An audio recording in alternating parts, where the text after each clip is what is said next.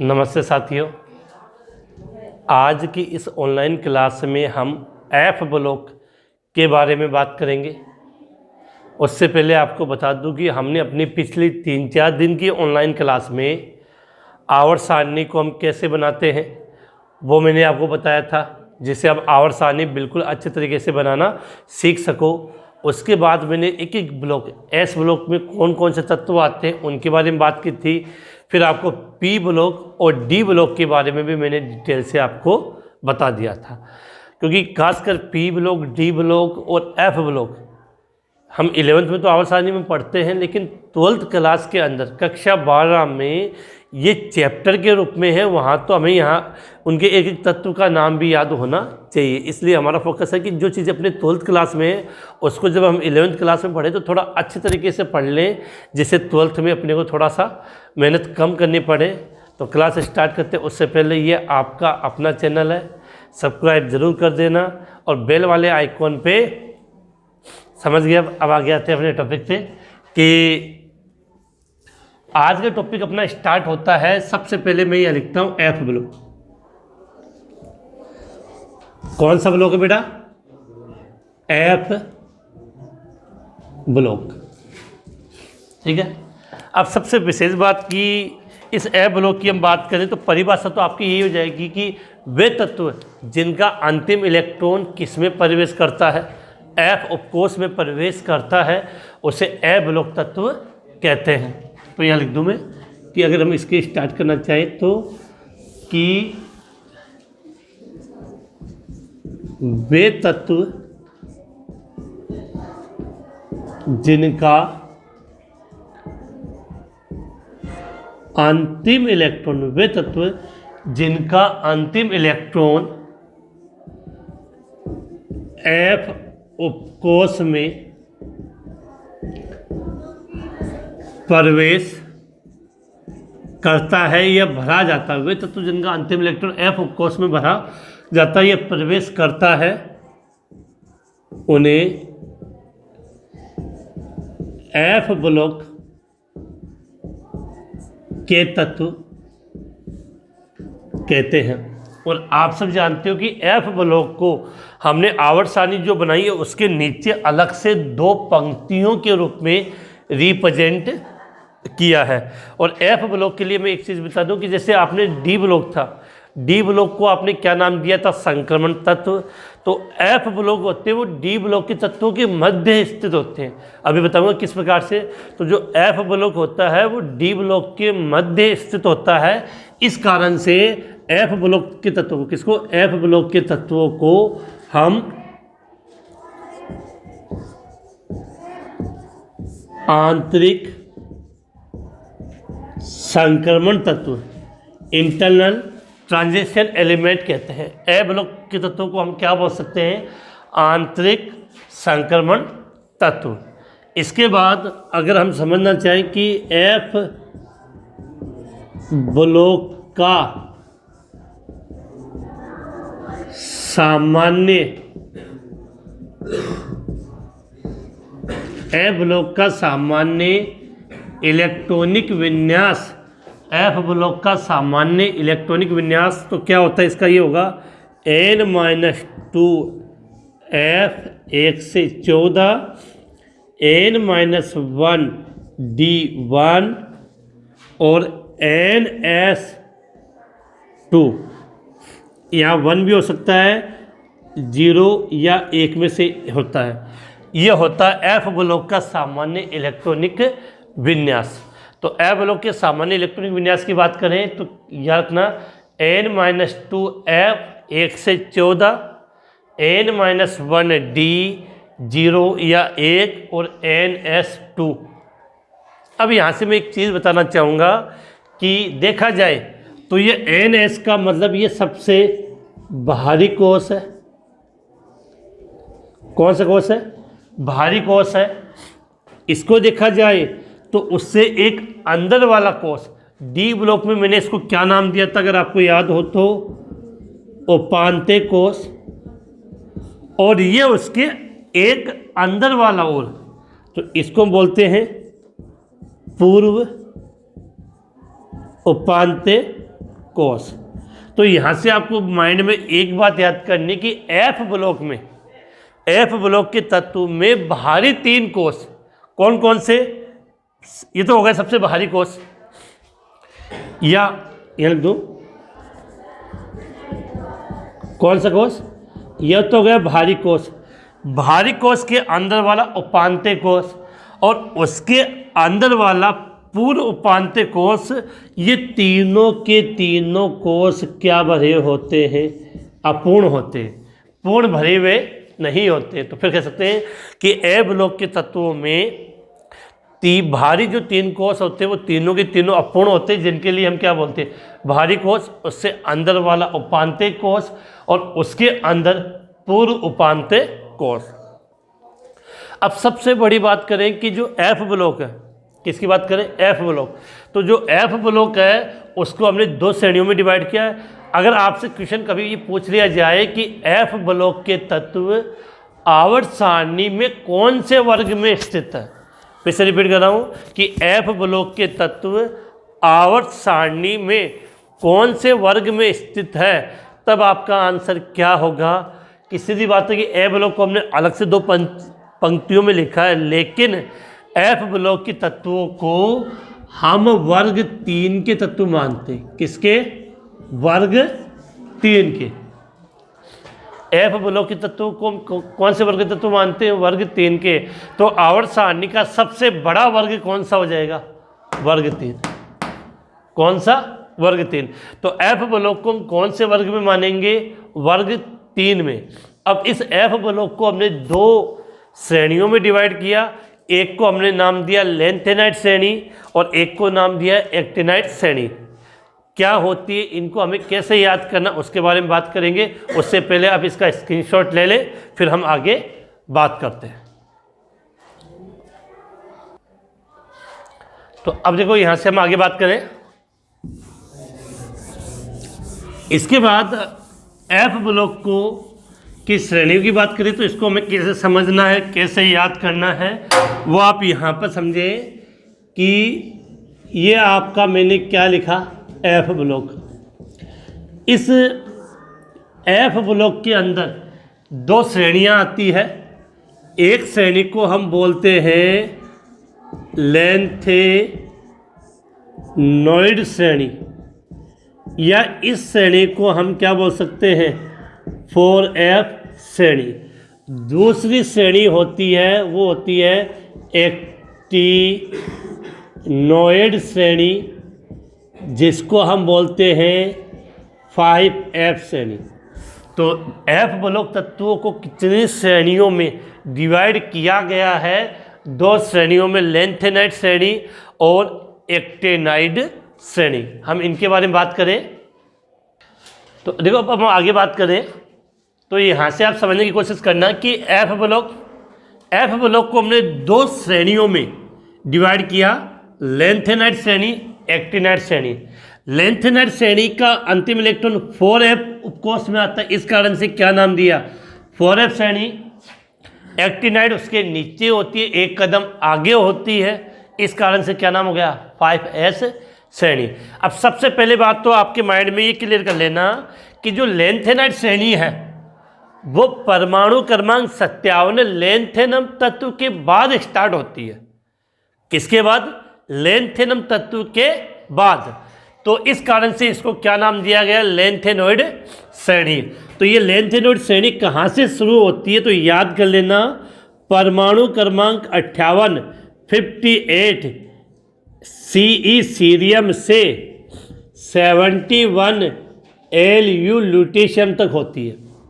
फिर से रिपीट कर रहा हूँ कि परमाणु क्रमांक 58 सीरियम से, परमाणु क्रमांक 58 सीरियम से परमाणु क्रमांक 71 71 ल्यूटेशियम तक होती है। तो 57 पे आता लेंथेनम, लेंथेनम के बाद होने के कारण क्या नाम दिया गया, लेंथेनाइड श्रेणी। अगर यहाँ हम बात करें तो परमाणु क्रमांक 89 वो होता एक्टिनियम, और एक्टिनियम के बाद होने के कारण क्या नाम पड़ गया, एक्टिनॉइड श्रेणी। तो ये स्टार्ट होगी श्रेणी आपके परमाणु क्रमांक 90 TH का मतलब होता है थोरियम। हम इन सब तत्वों के नाम लिखेंगे तो परमाणु क्रमांक 90 से परमाणु क्रमांक 103, परमाणु क्रमांक 90 से परमाणु क्रमांक 103, और 103 पे क्या होता है? लोरेंशियम। 103 पे क्या आता है आपका? लोरेंशियम आता है। तो ये याद होना चाहिए कि कौन सी श्रेणी कहाँ से स्टार्ट होती है। अब एक बात और, लेंथेनाइड्स, मैंने कहा कि F ब्लॉक श्रेणी का कोई भी तत्व हो वो कौन से वर्ग में होगा? तीसरे वर्ग में काउंट करेंगे। लेकिन यहाँ से याद करना कि जो लेंथेनाइड श्रेणी है उसको आवर्त सारणी के कौन से आवर्त में माना जाता है? छठे आवर्त में। कौन से आवर्त में होती है? छठे आवर्त में। और आपकी जो एक्टिनाइड श्रेणी है वो कौन से आवर्त में होती है? सातवें आवर्त में होगी।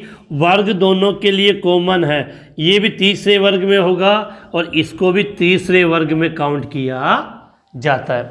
अब आगे एक बात और बता दूं यहाँ से कि लेंथेनाइड को दुर्लभ मर्दा तत्व कहा जाता है। लेंथेनाइड जो आपके लेंथेनोइड श्रेणी है, लेंथेनोइड श्रेणी है, इस श्रेणी को हम दुर्लभ मर्दा तत्व कहते हैं। क्या कहते हैं बेटा? दुर्लभ मर्दा तत्व के नाम से इनको जाना जाता है। इसके बाद हम आगे बात करते हैं कि एक्टिनोइड श्रेणी है। यहाँ पर एक विशेष बात याद करनी है कि एक्टिनोइड श्रेणी के जितने भी तत्व होते हैं वो सब के सब रेडियोधर्मी तत्व होते हैं। अब रेडियोधर्मी तत्व क्या होते हैं? फिजिक्स में पढ़ते होंगे, अच्छी तरीके से आप जानते होंगे। तो एक्टिनाइड श्रेणी के जितने भी तत्व होते हैं वो सब क्या होते हैं? रेडियोधर्मी या रेडियो एक्टिव तत्व होते हैं।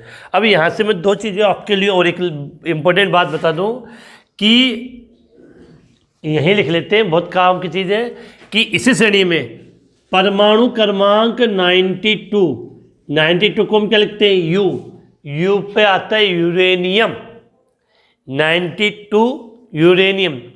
92 के बाद वाले कोई भी तत्व है वो प्रकृति में नहीं पाया जाता, वो सब के सब संश्लेषित तत्व है। तो परमाणु क्रमांक 92 92 के बाद आने वाले तत्वों को परा यूरेनियम तत्व या ट्रांस यूरेनियम तत्व कहा जाता है। तो याद रखें परमाणु क्रमांक 92 यू किसके लिए होता है? यूरेनियम के लिए। तो ये लिख दें कि यूरेनियम कॉस्ट में क्या लिख दिया? 92 यू। यूरेनियम के बाद आने वाले यूरेनियम के बाद आने वाले सभी तत्व संश्लेषित होते हैं। यूरेनियम के बाद आने वाले सभी तत्व क्या होते हैं? संश्लेषित होते हैं। इसलिए इन्हें परा यूरेनियम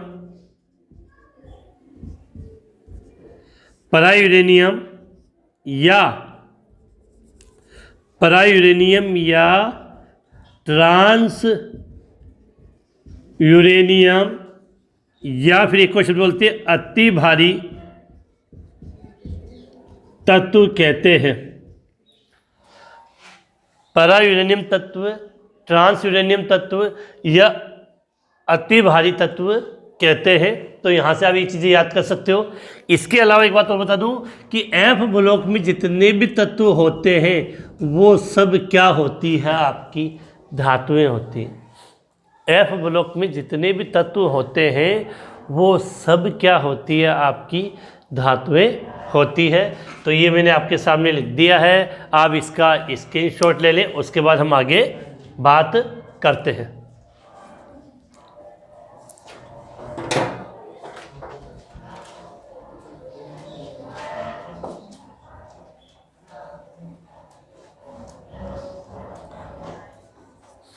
तो स्क्रीनशॉट ले लिया आपने।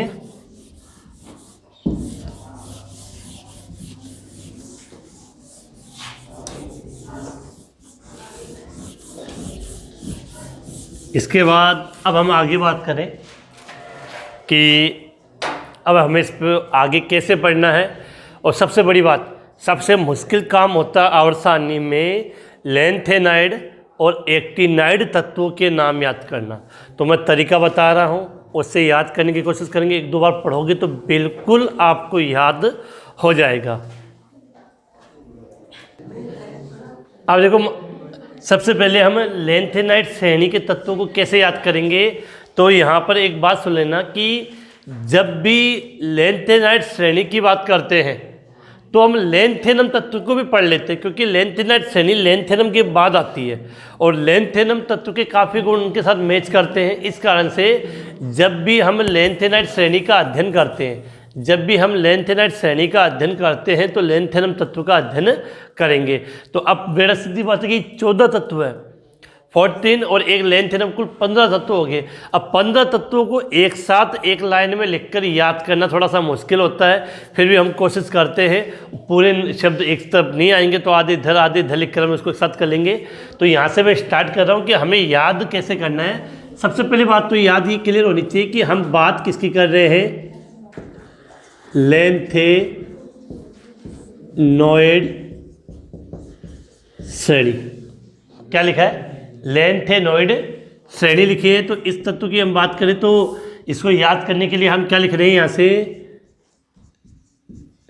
लाला, सिद्धू,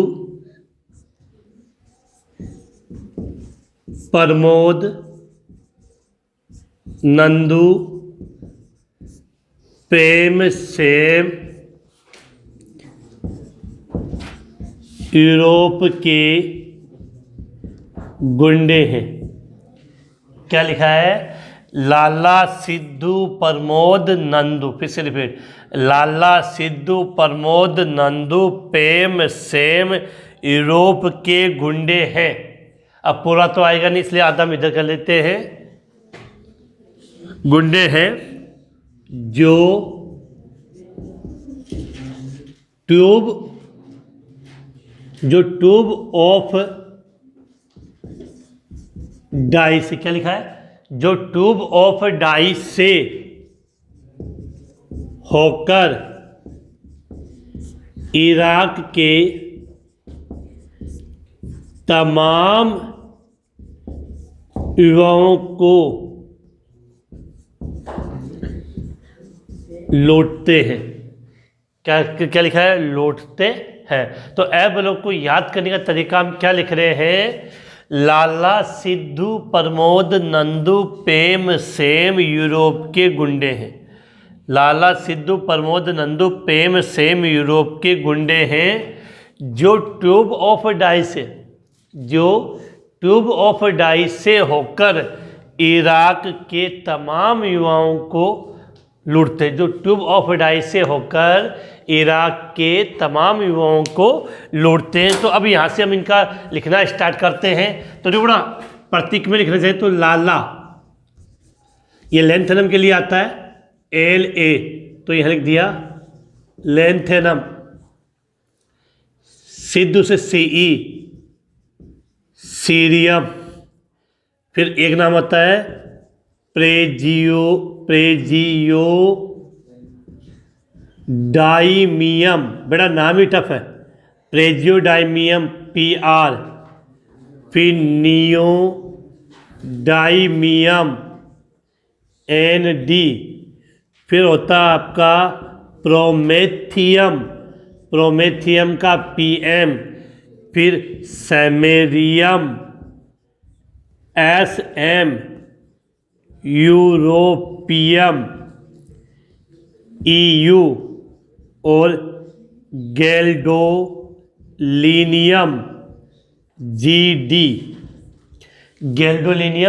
तो क्या लिखा था कि lanthanum, cerium, praseodymium, neodymium, promethium, samarium, europium, gadolinium. फिर यहाँ क्या लिखेंगे, टर्बियम, TB। फिर dysprosium, DY। Holmium, HO। Erbium, erbium या अर्बियम बोल देते हैं इसको, ER, फिर थूलियम, TM, इटबियम, YB और ल्यूटेशियम, LU, ल्यूटेशियम, LU।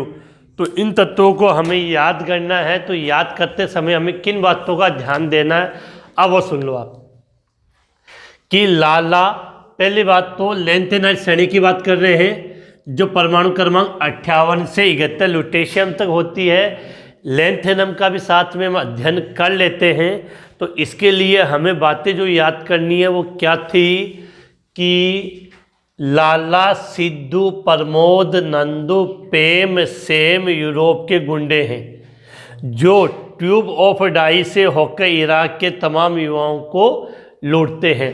तो जो लैंथेनम का परमाणु क्रमांक कितना होता है, 57 La। 58 पे आपका आता है सीरियम Ce। 59 पे आता है प्रेजियोडाइमियम Pr। 60 पे आता है नियोडाइमियम Nd। 61 पे आता है प्रोमेथियम Pm। 62 पे आता है समेरियम Sm। 63 पे आता है यूरोपियम Eu। 64 पे आता है गैल्डोलिनियम Gd। इसके बाद 65 पे आता है आपका टर्बियम Ty। 66 पे आता है आपका डिस्प्रोसियम Dy। 65 पे टर्बियम Tb, 66 पे डिस्प्रोसियम Dy। तो क्या था, 66 पे डिस्प्रोसियम Dy, 67 पे होलियम HO, 68 पे इर्बियम Er, 59 पे थूलियम Tm, 70 पे इटबियम YB और 71 पे ल्यूटेशियम Lu।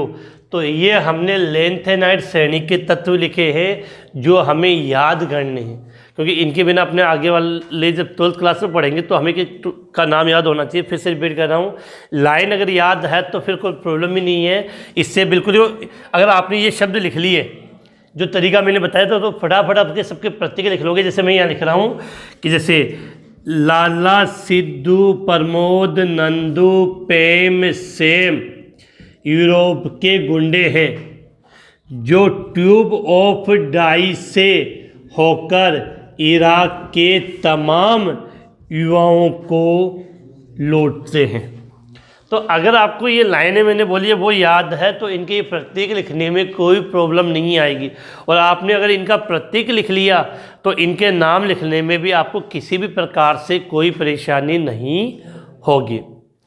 तो उम्मीद है कि ये बात आपको अच्छे से समझ में आ गई होगी। ये थे आपके कौन सी श्रेणी, लैंथेनोइड श्रेणी। कौन सी श्रेणी लिखी हमने, लैंथेनोइड श्रेणी।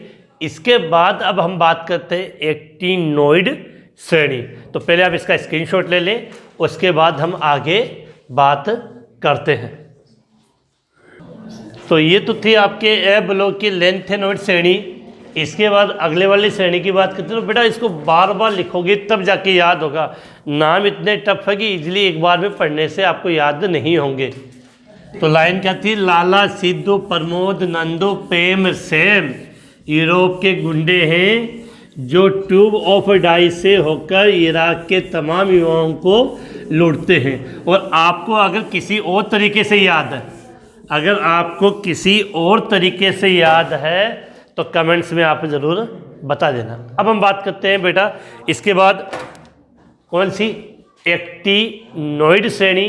और एक्टिनोइड श्रेणी में मैंने पहले कहा था कि 90 से थोरियम से स्टार्ट है, लेकिन इससे पहले वाला तत्व कौन सा, एक्टिनियम है, उसके गुण मिलते हैं। तो एक्टिनियम को भी हम साथ में याद कर लेते हैं।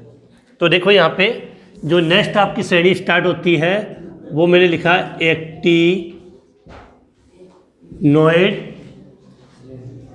एक्टिनोइड श्रेणी। क्या लिखा है, एक्टिनोइड श्रेणी। इसके लिए जो हमने लाइन, ये जो तरीका बनाया था याद करने का, पहले वो लिख लेते, उसके बाद हम आगे बात करेंगे। तो तरीका क्या था कि अरे थोड़ा पैसा, अरे थोड़ा पैसा यूं नेपाल की पुलियों से अमेरिकन कमाते हैं। क्या लाइन लिखी है कि अरे थोड़ा पैसा यूं नेपाल की पुलियों से अमेरिकन कमाते हैं।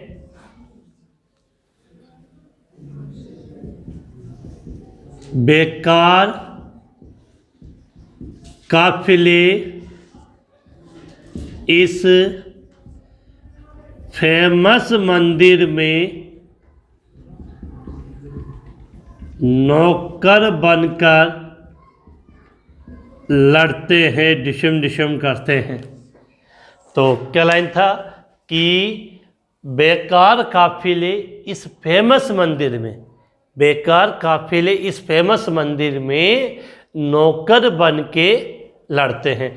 तो लाइन क्या लिखी है हमने इसको याद करने के लिए, अरे थोड़ा पैसा यूं नेपाल की पुलियों से अमेरिकन कमाते हैं, बेकार काफिले इस फेमस मंदिर में नौकर बनकर लड़ते हैं। तो अब इसके तत्वों के नाम लिखेंगे। तो मैंने कहा कि सबसे पहले क्या लिखा हमने, अरे, तो ये एक्टिनियम से होता है, तो ये लिख दूँ एक्टिनियम। एक्टिनियम का होता है आपका AC, फिर थोड़े का मतलब होता है यहाँ पे थोरियम, थोरियम का TH। ध्यान में ये जो लाइनें याद की जाती है वो ज़्यादा अगर प्रतीक जो लिखते हैं उस पर आधारित होती है। तो actinium SC, thorium T, protactinium, क्या लिखा है, प्रोटेक्टिनियम PA, U से यूरेनियम, यूरेनियम का U, नेपाल से नेप्टूनियम, नेप्टूनियम का NP, plutonium PU, अमरेशियम AM, curium CM, berkelium BK। पहला अक्षर सदैव बड़ा होगा, दूसरा अक्षर सदैव छोटा होगा। बर्केलियम काफिले, californium CF, einsteinium IS, fermium FM, मेंडेलिवियम MD, nobelium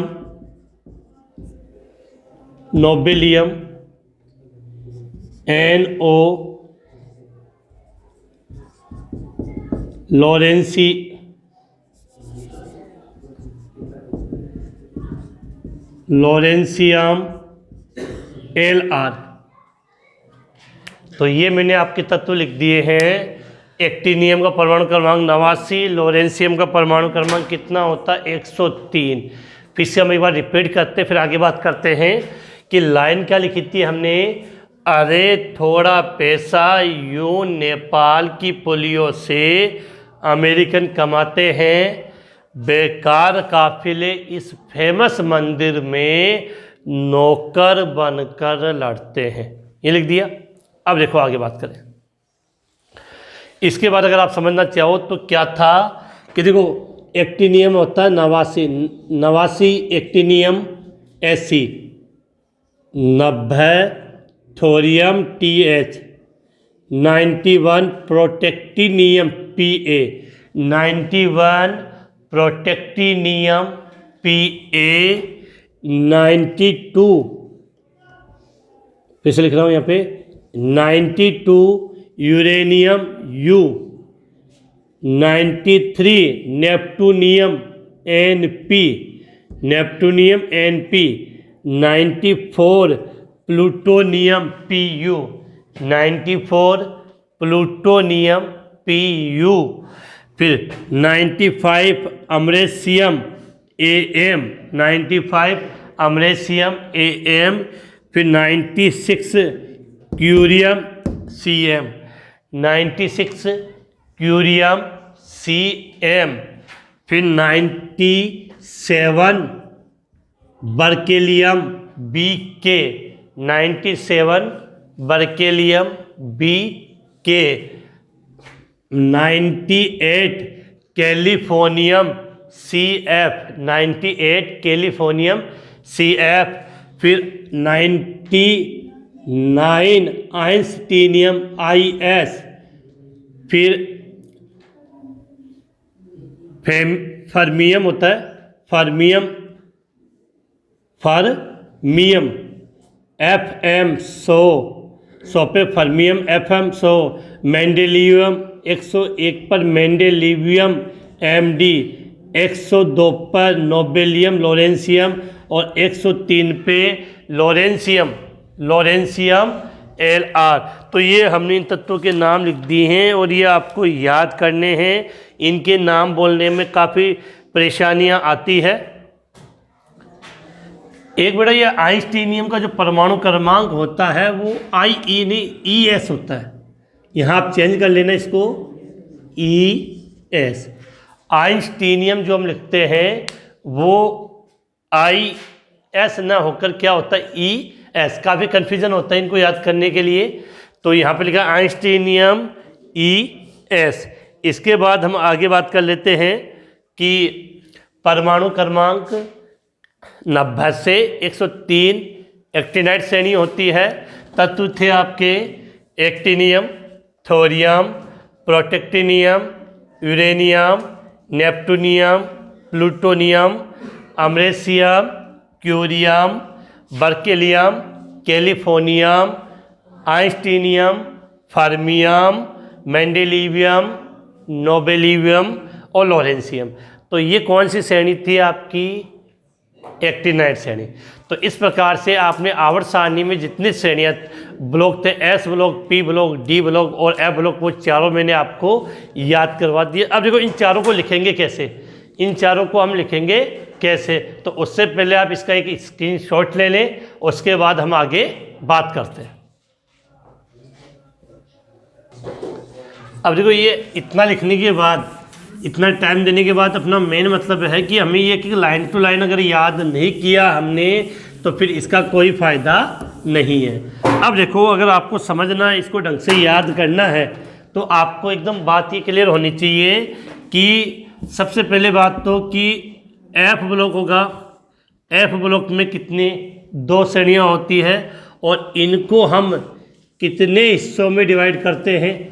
14 हिस्सों में डिवाइड करते हैं, क्योंकि इसमें एक श्रेणी के अंदर कुल कितने तत्व आते हैं आपके? 14 तत्व आते हैं। तो ये बातें अपने को विशेष ध्यान देनी है, ठीक है। इसके बाद इसको यहाँ से मैंने कितने हिस्सों में? 2 हिस्सों में डिवाइड कर दिया। अब इसको ऐसे 14 हिस्सों में डिवाइड करना है, तो 1 2 3 4 5 6 7 8 9 10 11 12 13 और ये हो जाएगी आपकी 14। तो ये आपके तत्व हो गए। अब इनको लिखोगे कैसे, उसके लिए भी मैं आपको बिल्कुल समझा दूं कि जिससे आपको ये इजीली याद हो जाए। तो करना क्या है हमें कि देखो ये सामने मैं लिख रहा हूँ कौन सी श्रेणी? लेंथेनॉइड श्रेणी। और कौन सी होती है? 4F। तो लेंथेनॉइड श्रेणी से पहले तत्व कौन सा आता है? लेंथेनम La आता है। इससे इसके बाद आपके लेंथेनॉइड श्रेणी स्टार्ट होगी, तो इसको याद कैसे करेंगे? ला लाला, सिद्धू, प्रमोद, नंदू, प्रेम, सैम यूरोप के गुंडे हैं जो ट्यूब ऑफ डाई से होकर इराक के तमाम युवाओं को लूटते हैं। इराक के तमाम युवाओं को लूटते हैं। तो ये इतनी सी बात क्लियर होनी चाहिए आपकी यहाँ, ठीक है। इसके बाद ये तो थी आपकी कौन सी, लैंथेनाइड श्रेणी। अब हमें एक्टिनाइड श्रेणी की बात करें। एक्टिनोइड श्रेणी, या जिसको हम बोलते हैं 5F श्रेणी। इसका पहला तत्व क्या आता है, एक्टिनियम। क्या आता है, एक्टिनियम। तो क्या हो गया, अरे थोड़ा पैसा यूं, अरे थोड़ा पैसा यूं नेपाल की पुलियों से अमेरिकन कमाते हैं, कमाते हैं। बेकार काफिले इस फेमस मंदिर में नौकर बन के लड़ते हैं। तो एक दो बार लिखोगे तो ये तत्व आपको इजीली याद हो जाएंगे। मैंने कहा कि सबसे टफ पड़ती है आपकी कौन सी, लैंथेनाइड और एक्टिनाइड श्रेणी। इनके तत्व और प्रतीक याद करने में काफ़ी कन्फ्यूजन होता है। अब मैं उम्मीद करता हूं कि आपको पूरी आवर्त सारणी बनाना और उसके अंदर सभी तत्व को भरने का तरीका याद हो गया होगा, और उम्मीद है कि आपने इसको अच्छे तरीके से याद कर लोगे, जिससे जब तक आप केमिस्ट्री पढ़ोगे यह आवर्त सारणी आपको अंगुलियों पर, आपके टिप्स पर याद रहे। इसी के साथ हम आज की ये क्लास समाप्त करते हैं। कल से इस आवर्त तो सारणी के जो गुण है उसके बारे में हम अध्ययन करेंगे। तो आज की क्लास हम यहीं समाप्त करते हैं।